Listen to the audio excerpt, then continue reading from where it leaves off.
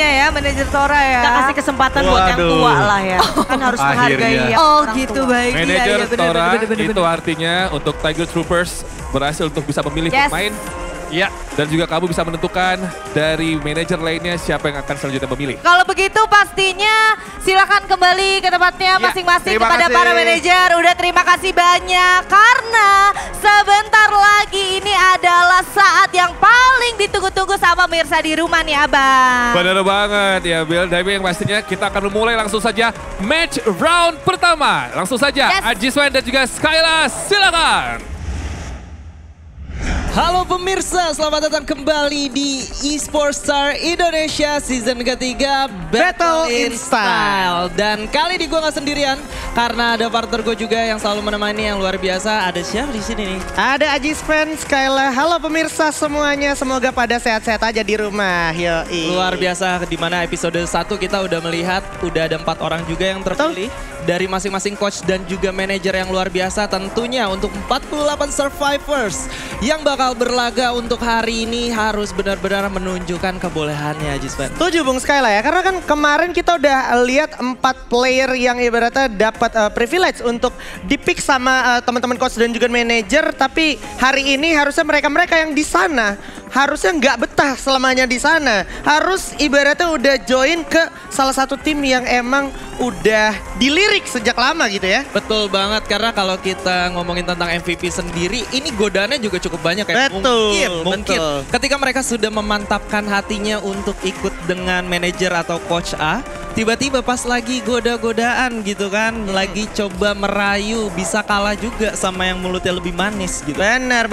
Ini soalnya orang-orang luar biasa semua ya. Ada yang juara dunia, ada yang juara bertahan gitu kan. Dan ada juga perwakilan Indonesia dan ada Sultan juga. Jadi agak pusing memilih yang mana karena semuanya sama-sama menjanjikan gitu ya. Pilihan yang sangat sulit tentunya. Ini sesaat lagi kita akan segera masuk Bung Skyla. Itu dia, so para pemirsa kita bakal langsung masuk ke round pertama Purgatory. This is it, let's go. Yo, itu dia ternyata Bapak Pilot ini cukup adil Bung Skyla. Datang dari arah Crossroad menuju ke arah Lumbermill dan juga campsite di mana kondisinya nggak ada yang turun di drop zone yang sama di area Crossroad. Sementara itu Marble Works lumayan kebagi dan ini cukup beresiko nih. Bisa terjadi fight di early game nih yang gue takutin Bung Skyla. Ya, di mana di bagian Marble Works sendiri bisa gue lihat ada sekitar 3 tim kalau gue nggak salah ya. Betul. Yang udah berdempetan juga, sementara di tengah-tengah dari circle-nya masih cukup kosong, hanya ada 1 tim yang bakal melakukan looting full, 1 Brasilia.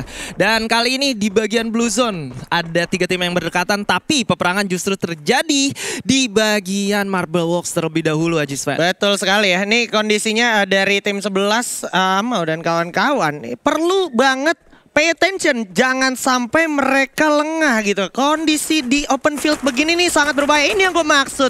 Karena dia udah dipantau sejak lama oleh salah satu tim tentu yang berada di sekitar area tersebut. Ada 1 orang yang berhasil mendapatkan 1 eliminasi poin yang sangat berarti tentunya. Dimana kita ingat nggak ada revival system dan akhirnya di sisi lain juga masih kelihatan. Ternyata udah kerasa, langsung coba tembak dulu sedikit sana.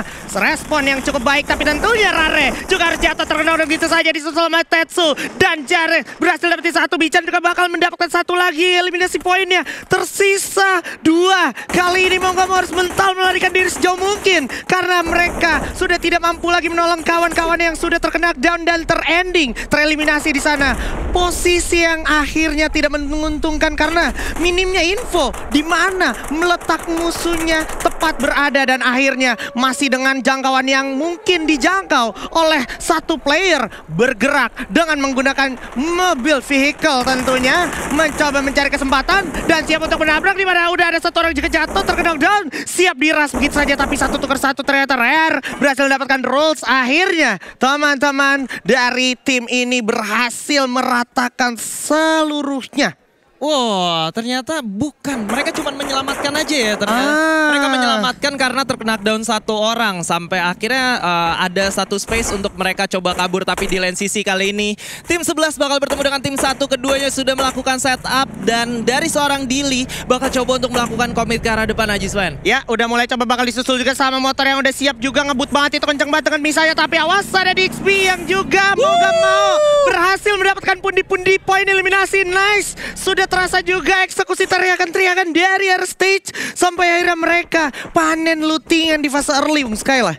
Panen lootingan di fase early dengan 3 poin eliminasinya menjadi kill leader sementara satu start yang sangat bagus. Mengingat mereka benar-benar membutuhkan hal tersebut dan menjadi penilaian para coach dan juga manajer. Tapi kita bakal berpaling sedikit kali ini ada satu penggunaan Misha juga digunakan oleh tim 3 dan langsung dihajar oleh tim nomor 4 aja Sven. Ada pelontar masih pagi, Azhar udah dapat pelontar bagus banget bakal coba langsung tembak tapi sepertinya satu orang mulai terculik dah. Hajar pelontar M79 yang sama mematikan tentunya udah ditatakin dari depan belakang udah susah banget walaupun ada respon global yang cukup bagus tapi ini udah terlalu berbahaya kondisinya terpojokan layaknya tersangka dan akhirnya mulai dimajuin gak punya back pilihan lagi dengan double vector kali ini seorang Azhar bahkan dengan mini uzinya coba masuk ternyata terlalu berbahaya masuk ke dalam sebuah corona dari seorang Azhar mengakibatkan satu korbannya menjadi seorang Sandra dan Auxer di sisi lain juga di sini harus mengcover kawannya karena Jet sini juga udah jatuh ke knockdown bakal coba langsung diajar dengan Charge Buster dari seorang Auxer dan juga satu orang lagi bisa jatuh. Sisa Auxer, will you guys save the day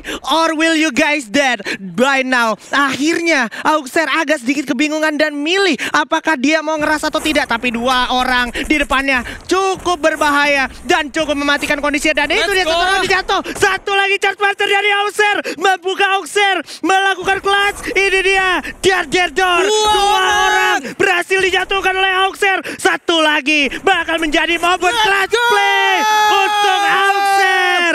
Itu dia Peci Power, Meta Peci seperti Bung Tayo ya. Wah, Meta Peci kali ini menghasilkan dampak yang sangat positif. Melakukan clutch play, satu orang melawan 3 orang sekaligus. Tapi gak berhenti sampai di situ karena kali ini tim 8 bakal menjamu tim 12 yang sama-sama berada di luar zona. Sementara tim 6 gak bakal tinggal diam. Mereka yang mendengar adanya tembak-tembakan bakal coba untuk join juga. Pergerakan menggunakan double vectornya di sini Ajis Fan. Satu orang sudah tumbang dampaknya. Ya ini sangat jadi sulit kondisinya karena Anggara ini juga bisa dihabisin sama orang yang lagi dari dalam zona. Ternyata Anggara sayang banget seperti yang gue bilang gak punya banyak kesempatan. Tapi walaupun begitu ini walaupun ada yang selamat ya. Di lain sisi di area pinggir terowongan Mountain Villa ini udah ada satu squad juga yang lagi standby nih Pak ya. Iya udah mulai kelihatan juga dan langsung di jump shot tapi Krono mulai di pop out. Coba lagi dihajar 3 orang komit dengan sangat baik di sini dan ternyata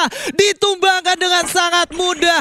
Komit yang sangat bagus ditunjukkan oleh tim 9 kali ini Ajis Fan. Mantep banget mereka tetap tenang gak terlalu gerasa gerusuk sampai akhirnya eksekusi dari mereka nih maksimal banget untuk mendapatkan eliminasi poin. Bahkan satu orang lagi di sana bakal coba langsung tembak intercepting terus oleh seorang Gobel dengan dia punya senjata yang sangat mematikan kalau lagi jongkok Pak. Lagi jongkok yang keluarnya 3 peluru langsung dan ternyata musuhnya sendiri nggak sadar kalau ada satu penempatan dari salah satu lone survivor kita di belakang tadi ya. Tapi betul. Kalau kita ngomongin di tengah zona, core dari zonanya udah ada satu tim yang benar-benar menguasai di sana yaitu tim nomor 10. Ya. Kalau mereka bisa membagi visionnya dan mereka memiliki komitmen yang bagus juga untuk melakukan splitting, gua rasa mereka bisa dapetin panen killnya karena kalau gua nggak salah tim 10 ini mereka bergerak dengan resource yang udah lumayan banyak Pak. Setuju.